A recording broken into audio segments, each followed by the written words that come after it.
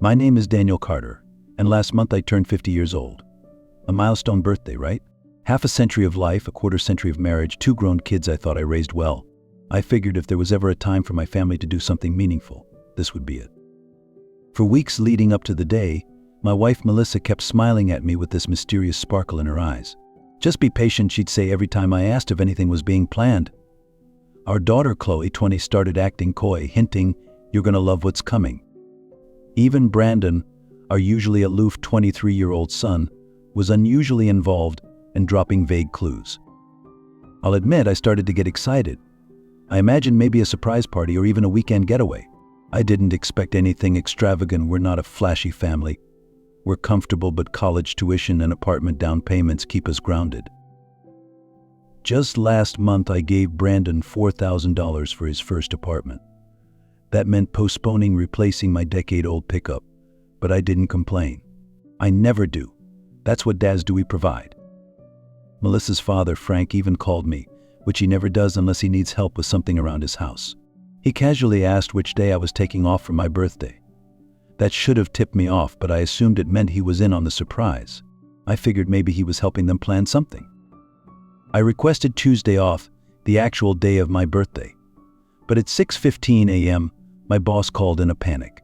There was an emergency at the Riverside construction project, water main break, faulty valves, missing parts. No one else could handle it, so guess who showed up? I called Melissa on my way in to let her know I'd be late, but would definitely be home for dinner. She sounded distracted on the phone, almost rushed. "That works out fine," she said, and then hung up quickly. I assumed she was finishing up last-minute birthday plans. After a long day of crawling under pipes and coordinating subcontractors, I stopped at the liquor store on the way home. I bought a bottle of the good whiskey I usually save for special occasions. If nothing else, I figured I deserved a decent drink. I pulled into the driveway at 5:53 p.m., with a small spark of hope still burning. There were no extra cars out front. The house looked normal, too normal. I stepped inside, half expecting someone to yell surprise, but the house was dark. Empty. No balloons, no cake, no family waiting to celebrate me. Just silence and the faint hum of the refrigerator. I checked the kitchen counter for a note. Nothing. I called Melissa straight to voicemail. Called Brandon and Chloe, no answer. By 7:30 p.m. I was sitting alone at the kitchen table, staring at the unopened whiskey bottle. My stomach churned with a quiet dread. I wondered if something had happened, maybe an accident. I called the local hospital just to rule out emergencies. Nothing. No admissions under their names. So I opened Instagram more out of habit than hope. And there it was. A photo posted 3 hours earlier. Melissa, Brandon, Chloe, Frank, Karen, Melissa's mother, and her sister Jenna, all standing on a white sand beach, drinks in hand, beaming. The caption: "Family vacation mode activated. He won't even notice we're gone, LOL." I froze. Melissa had commented beneath it with a laughing emoji, and so true. Karen chimed in, "Workaholic husbands don't appreciate the finer things." My fingers trembled, but I didn't comment. I didn't call. I didn't do anything. I just scrolled through more photos. Group dinners, poolside cocktails, Chloe smiling in oversized sunglasses, Brandon jet ski, Frank grinning in a Hawaiian shirt. They were at some luxury resort I didn't even know existed, and they'd been there for days. This wasn't spontaneous. This was planned. And not just planned, but without me. On my 50th birthday, I didn't cry. I didn't yell. Something colder than sadness crept in, clarity, the kind that doesn't scream but sharpens. I opened my laptop and started documenting. Screenshots of every post, every comment, every timestamp. Then I logged into our bank account. $4,000 withdrawn last Friday, exactly what I gave Brandon. Coincidence? Not a chance. I dug deeper. I started pulling old credit card statements, old Instagram tags, cross-referencing dates and comments. Frank had been making vague posts for weeks. "Can't wait to relax with family soon. Ocean breeze incoming." They'd been planning this trip while pretending to plan something for me, and I had paid for it. By midnight, I had created an Excel spreadsheet, 25 years of marriage, broken down into rows and columns. Who paid for what? Who sacrificed what? Who gave, and who just took? I didn't sleep. Day 2, And still no messages about my birthday. Nothing. Just more vacation content. Brandon posted a video of himself singing karaoke with Frank captioned, "Dad would hate this." At 9 a.m., I opened a new checking account and rerouted my next paycheck. I called my buddy Gary and asked for the number of his divorce lawyer. Then I moved Melissa's clothes into the guest room. Not out of anger but principle. I wasn't acting out. I was reclaiming clarity. Like discovering termites, you don't patch the wall. You gut it and see how far the rot has spread. At 3:13 p.m. a message came in from Chloe. "Hey Dad, how's it going?" As if she hadn't just posted photos sipping margaritas beside a pool. As if it wasn't my birthday yesterday. As if nothing had happened. I didn't reply. An hour later, Brandon texted, "Hey, you know if I left my laptop charger in my old room?" Still no mention of where they were. Still no happy birthday. By evening, the tone shifted. Melissa messaged, "Are you mad about something?" Chloe called twice. Brandon texted again, "Mom's freaking out. Can you please just respond?" I poured another drink. At 9:44 p.m. the flood began. WhatsApp blew up. 47 messages in total. Chloe sent tearful voice notes. Melissa texted, "Norman, please, I'm freaking out." I didn't answer. Instead, I posted a single photo on my Instagram. A store-bought birthday cake lit with one lonely candle, sitting on our kitchen table. No caption, just a date stamp. The morning after I posted the photo, I woke up to my phone vibrating nonstop on the nightstand. There were over 30 unread messages from Melissa, Chloe, Brandon, and even Karen. Some were texts, some voice notes, others Instagram DMs, all saying the same thing. "Are you okay?" I didn't respond to a single one. I got out of bed, made coffee, and sat out on the deck wrapped in a hoodie against the morning chill. The air was crisp and silent, except for the occasional bird song and wind rustling the trees. My phone kept buzzing, but I didn't flinch. I wasn't angry anymore, just hollow. By 7:15 a.m., Frank's number flashed across the screen. I let it go to voicemail. When I finally listened, he started with, "We're worried about you," and ended with, "You're acting like a damn child." I chuckled, not because it was funny, but because it was so perfectly Frank. I showered, dressed for work, and went through my day like I hadn't just been forgotten by my entire family. No one at work knew it had been my birthday. I didn't bring it up. I didn't feel like talking to anyone. Later that evening, I checked social media again. Melissa had replied to a comment on one of Chloe's beach photos with, "It's just nice to get away from real life." That hit hard. Real life is in me.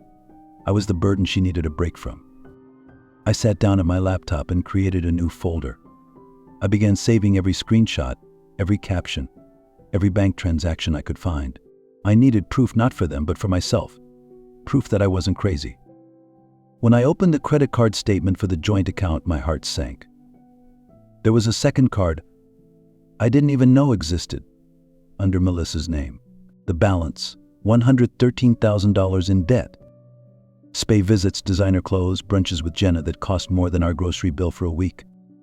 The latest charge was nearly $6,000 from the same beach resort they were currently staying at. All of it behind my back. All of it paid for with the time and money I'd sacrificed over the years. I didn't cry. I didn't even feel rage, not yet. Just a steady, deepening numbness that settled in my bones. I poured myself another drink and stared into the glass like it held answers. On the third day, I received a text from Melissa, "We're flying home tomorrow. Please be home. We need to talk." I stared at it, put the phone down, and resumed filling out the spreadsheet I'd started the night before. This one showed how much I'd contributed financially over the past 10 years. Mortgage payments, utilities, college savings, groceries, insurance, Brandon's down payment. It totaled to 82% of all our shared expenses. And in return, I got left behind. I called the bank and set up a new checking account, rerouted my paycheck, removed Melissa as an authorized user from every financial account I could think of. I didn't slam any doors, I just quietly started reclaiming my space. That afternoon, I bought a new deadbolt and door handle from the hardware store. I didn't install it yet, but just seeing the package on the counter felt like power. Not because I was planning to shut them out forever, but because next time they'd have to knock. The old rules no longer applied. Chloe message around 3 p.m. landing at 2:47 tomorrow. That was it. No apology, no acknowledgement. Just logistics, like everything was normal. The next day, I took the day off and waited. I cleaned the house, moved Melissa's remaining things into the guest room, and set the table not for dinner, but for a reckoning. Around 4:30 p.m., I heard the Uber pull up outside. Footsteps approached, luggage wheels scraping across the concrete. Then, silence. The doorbell rang. I let it ring twice more before I answered. When I opened the door, I found 5 sunburned faces trying to look casual. Melissa stood in front holding a gift bag. Chloe looked pale and anxious. Brandon wouldn't look me in the eye. Frank and Karen stood behind them like they were preparing for war. None of them spoke at first. Melissa started. "We were so worried. We didn't hear from you for days. We even called the hospital." She tried to step forward, but I didn't move. Then she said, "We wanted to surprise you when we got back with something special." I didn't respond. I just held up my phone and showed them Brandon's post. "He won't even notice we're gone, LOL." The silence that followed was dense and suffocating. Brandon shifted uncomfortably, Chloe blinked back tears, and Melissa reached for the phone. I stepped back before she could grab it. Frank cleared his throat and said, "This is childish. Let us in so we can talk like adults." That's when I spoke. "You're not welcome in my house, Frank. Not today." His eyes widened like no one had ever said that to him before. Karen gasped behind him, offended by my tone. Frank started sputtering something about respect, but I held the line. Eventually, he and Karen turned around and walked back toward the Uber. Melissa, Chloe, and Brandon hesitated in the doorway. I let them in, but the house felt smaller with them inside. Melissa looked around and immediately noticed her things missing from our bedroom. "What did you do?" she asked sharply. I didn't answer. I walked to the kitchen and dropped a thick folder on the table. She flipped it open and saw the printouts. The Instagram screenshots, bank withdrawals, credit card statements. Chloe's comments, Brandon's jokes, Melissa's emoji-laced replies. A timeline of betrayal laid out in color-coded tabs. I looked at them and asked, "When did I become so easy to erase?" No one answered. Brandon mumbled something about social media being just jokes. Chloe cried harder. Eventually, she whispered, "It was supposed to include you at first." My heart twisted. "At first?" I asked. "What changed?" They all went quiet. If you find these stories inspiring and they motivate you to take action, please comment 9. If not, comment 0. Your feedback means a lot to us. Thank you for your valuable time.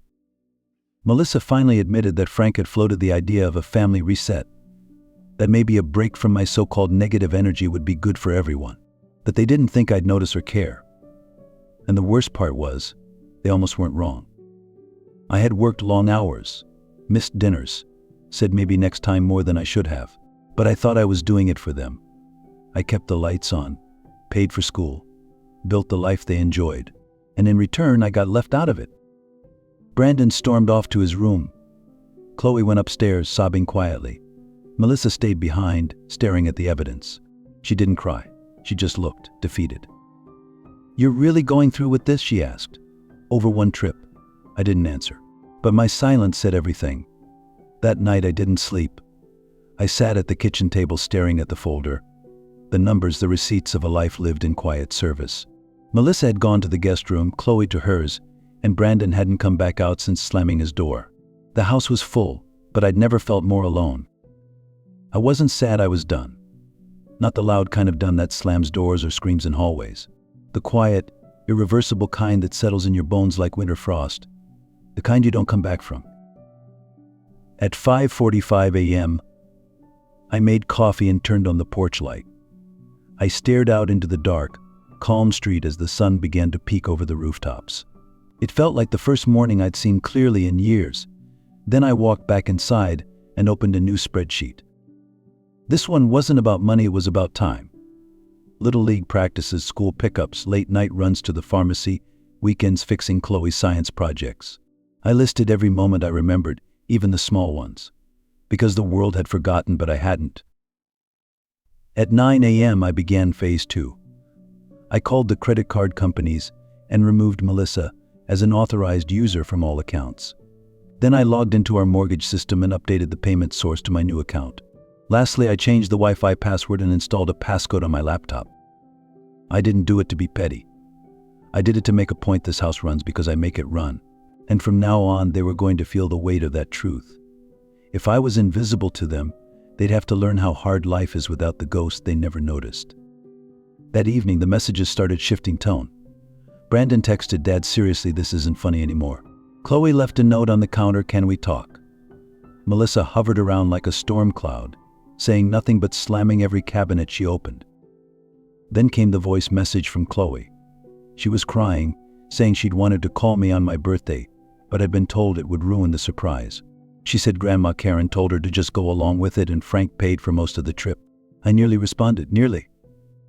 But then I remembered the photo, her laughing poolside, sunglasses on, sipping from a coconut, like her father wasn't spending his milestone birthday alone in silence. 20-year-olds are old enough to make choices, and she had made hers. I didn't blame her, but I wouldn't excuse her either. The next morning I installed the new deadbolt. I didn't say anything to Melissa. I just let the sound of the drill say it for me. When she asked why, I replied, "Security." At noon, Frank showed up. He walked right in because Melissa had given him the new door code.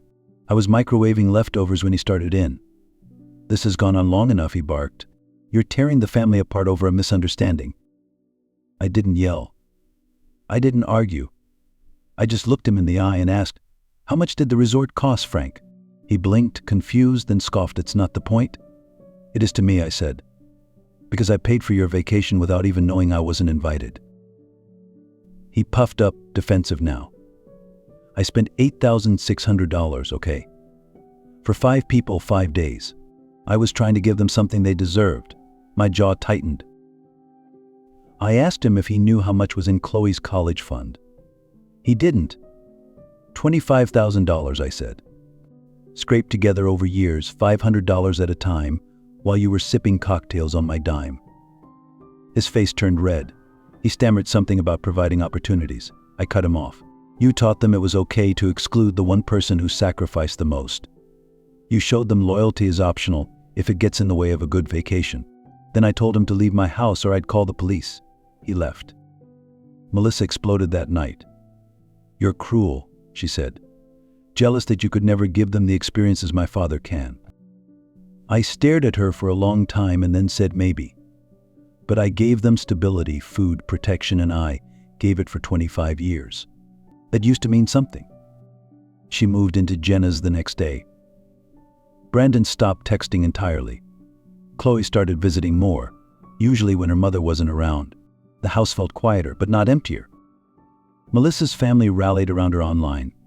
Vague posts about toxic men in midlife crises. Jenna sent me a passive-aggressive email about choosing bitterness over healing. I deleted it and poured another cup of coffee. Then the credit cards started bouncing. Melissa called in a panic when hers was declined at a boutique. I calmly explained she'd been removed from my accounts and that she still had her own income. She called me financially abusive. I told her I was financially separate. That night I got a text from Frank. "Let's discuss a settlement." I didn't reply. There was nothing to settle, not yet. A week passed. Then one morning at 8:30 a.m., Brandon showed up unannounced. He looked like hell unshaven, eyes red, clothes rumpled. "Can we talk?" he asked. And for the first time I saw something in him I hadn't before, humility. He wasn't there to apologize exactly. More like reality had finally punched him in the face. His apartment expenses had piled up, utilities, food, internet, and that $4,000 vacation debt he never expected to repay. "I'm drowning," he said quietly.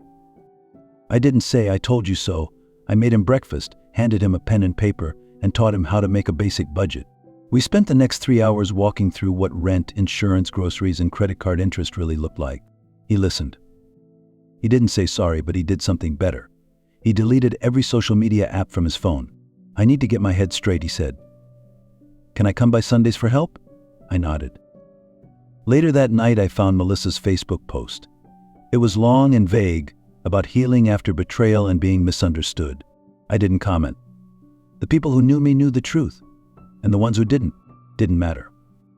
Chloe came by that weekend. We made dinner together. She didn't cry this time. She just said, "I'm sorry, Dad." "I really am," I believed her. Mostly. She asked if I still planned to pay for college. I told her yes, but I'd be paying the school directly from now on. She nodded, quietly. I could tell she understood. 3 weeks had passed since they came back from the beach like nothing had happened. Since then, the silence in the house had become its own language, cold and clear. There were awkward breakfasts, tense dinners, and barely any eye contact. Chloe was the only one who lingered, her presence a quiet apology. Brandon didn't come around unless he needed help. Melissa didn't say much, just texted occasionally about bills and insurance. On a gray Tuesday morning, I woke at like 17 a.m. to the sound of muffled crying. It took me a minute to realize it was coming from the guest room. Melissa. I sat up listening, but I didn't move. I felt nothing, no anger, no pity, no urge to comfort. Just stillness, like the well inside me had run dry. Later that morning, she came down at 7:30 a.m. and made coffee like it was just another day. "Did you sleep okay?" she asked, voice casual, rehearsed. I looked at her for a long second, then slid my phone across the counter. On the screen were her old messages, the ones mocking me, laughing with Jenna. Her smile faltered as she scrolled, eyes scanning the words like she was seeing them for the first time. She didn't say a word. She tried a new tactic. "I think my phone was hacked," she said flatly, not meeting my gaze. "I don't remember writing some of this." I let her talk. She spun a small, desperate web of excuses. But when I pulled out the bank statements highlighted with every charge on her secret credit card, she fell silent again. Not even she could deny the numbers. She stared at the total, over $113,000, and whispered, "I didn't realize it had gotten that high." I asked her how she thought it was being paid for. She shrugged, then said, "I figured Frank would help." "Not me, Frank. Her default safety net. You're focusing too much on the money," she added. "The real issue is that you were never present." That sentence landed like a slap, and I had to steady my breath before replying. "You mean the years I worked 60-hour weeks to keep this family afloat?" I asked calmly. "The nights I came home late but still fixed the broken sink, still helped with homework." Her expression tightened. "You were physically here," she said, "but not emotionally." I nodded slowly. "That may be true. But I never left you behind on your birthday." Brandon stopped by 2 days later, looking rough again. "Mom says you're freezing her out," he muttered. I asked if he really believed that. He looked unsure, and that was enough for me. I made him lunch, and we sat down in silence. Eventually he said, "I get it now, what you did all those years. I didn't see it before." That hit harder than any apology. Not because he finally understood, but because I realized how long I'd been invisible in my own home. I had been the ghost that paid bills, the background figure in their stories, the one who always showed up but never got seen. And when I vanished, they panicked, not out of love, but because the system stopped running. They missed the function, not the man. Chloe continued splitting her time between Jenna's and our house. She cooked dinner once a week, sometimes left little notes on the fridge. One read, "I'm still proud you're my dad." Another simply said, "I'm sorry I smiled in that photo." She didn't need to explain it. I had seen her heart struggling to come back, and I let her. Melissa stayed gone most nights. Then, on a Friday afternoon, she came back and asked to talk. We sat at the same kitchen counter where we'd once planned vacations, school schedules, and birthday dinners. She looked different, tired but grounded. "Are you really going through with this?" she asked. "Is this it?" I asked her what she thought this was. A consequence? A punishment? Or a revelation? She started crying again, said she never meant to hurt me. That the trip was supposed to be a gift, time for myself. "A gift?" I repeated, baffled. "You left me alone without a word, and you call it a gift." She said things had been breaking for years, that we'd been drifting long before the beach, that she felt I had checked out emotionally a long time ago, and the trip was just a symptom. "I stopped trying because I felt like I didn't exist to you anymore," she said. "So I created a life where I didn't need you." That was the first honest thing she'd said in weeks, and it hurt, because it wasn't entirely wrong. I had focused so hard on providing that I forgot what it meant to be present. I measured love and security in groceries stocked and bills paid, but she wanted more. Words, presence, attention, the currency I didn't know I'd run out of. And she found someone else to fund her sense of being seen. She asked if I could ever forgive her, not just for the beach trip, but for the years of small betrayals, for the debt, the secrecy, the absence disguised as luxury. I told her I didn't know, that forgiveness was possible, but forgetting was not. Trust, once broken, never heals the same way. That night, she moved the last of her things back to Jenna's. She said she needed space to figure out who she was without me. I didn't stop her. I didn't beg her to stay. I just stood there as she walked out the door, like I had so many times before, watching the people I loved leave without looking back. But this time I didn't feel small. The next day I went for a swim at the community center. Joined a hiking group the following Saturday. Grabbed a beer with coworkers I used to brush off for years. For the first time in decades, I made choices that had nothing to do with keeping others happy. I began to rebuild not a marriage, not a family, but myself. 1 mile, 1 trail, 1 hour of silence at a time. Brandon now visits every Sunday. We budget together, fix little things around the house, cook simple meals. He's still figuring it out, but he shows up, and that's more than I ever expected. Chloe comes by often, sometimes just to sit. Her presence is quieter now, more respectful, like she's learning to see me not just as dad, but as Daniel. Melissa texts daily. Sometimes practical things about bills or car registration. Sometimes memories, remember that trip to Lake George, as if nostalgia might undo what reality revealed. I respond to the practical, leave the rest unread. The future with her is still foggy. But the past is sharp and I don't want to live there anymore. A month had passed since my 50th birthday, the day my world cracked open to reveal just how invisible I'd become. I no longer expected apologies, no longer counted on clarity from those who'd betrayed me. Instead, I focused on routine, morning swims, weekend hikes, quiet meals I cooked for myself. I found peace in the ordinary, strength in solitude. And slowly, something began to shift. I wasn't healing for them, I was healing for me. Then, one crisp Sunday afternoon, Chloe sat on the porch steps next to me holding 2 mugs of coffee. She looked older, somehow not in years, but in truth. "Mom said you're really considering divorce," she said softly. I didn't answer right away. I just watched the wind move through the trees. "Are you?" she finally asked again. "I'm considering peace," I said. "And if that requires divorce, then yes." She nodded slowly, not arguing, just absorbing. "I want to keep seeing you, no matter what happens," she added. I looked at her, and for the first time in years I saw not a child, but a woman trying to rebuild something honest. "You always can," I said. 2 days later, a letter arrived, official this time. From Melissa's attorney. Nothing aggressive, nothing vindictive. Just a list of proposed terms, asset division, notes about shared responsibilities. It surprised me. She wasn't going for revenge, just distance. I read the letter 3 times, weighing the weight of each line. There was a strange relief in seeing it written out, like grief taking shape at last. I contacted my lawyer and began the formal process. There were no threats, no yelling, no messy court scenes. Just paperwork, signatures, quiet endings. And the quietest part of all was the most powerful. I didn't feel regret. One evening I came home to find Brandon already inside, fixing a leaky faucet I had mentioned last week. "Figured I'd get started," he said. We didn't talk much as we worked, just shared tools, handed each other parts. Occasionally grunted in sync. When we were done, he made grilled cheese, and we ate by the kitchen window. "I used to think you were boring," he said out of nowhere. "But I think you were just tired." I didn't know what to say, so I just nodded.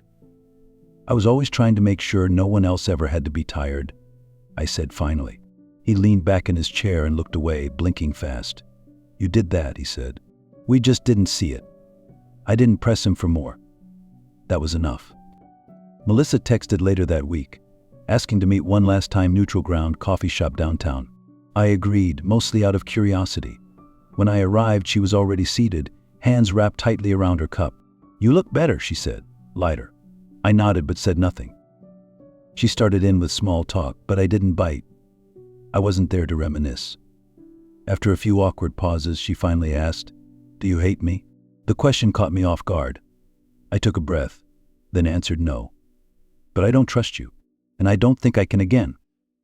She blinked hard, her eyes glassy, and whispered, "Fair." We sat in silence for a few minutes, the noise of the coffee shop swirling around us like static. Then she pulled out an envelope, some additional paperwork, a few receipts, a note from her attorney. "I'm not going to fight you," she said. "I just want us to be okay for the kids." I nodded again, already halfway out of the conversation.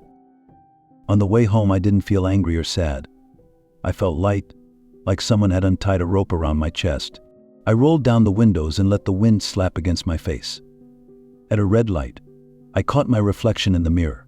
I looked older, sure, but also real, solid, visible in a way I hadn't in years.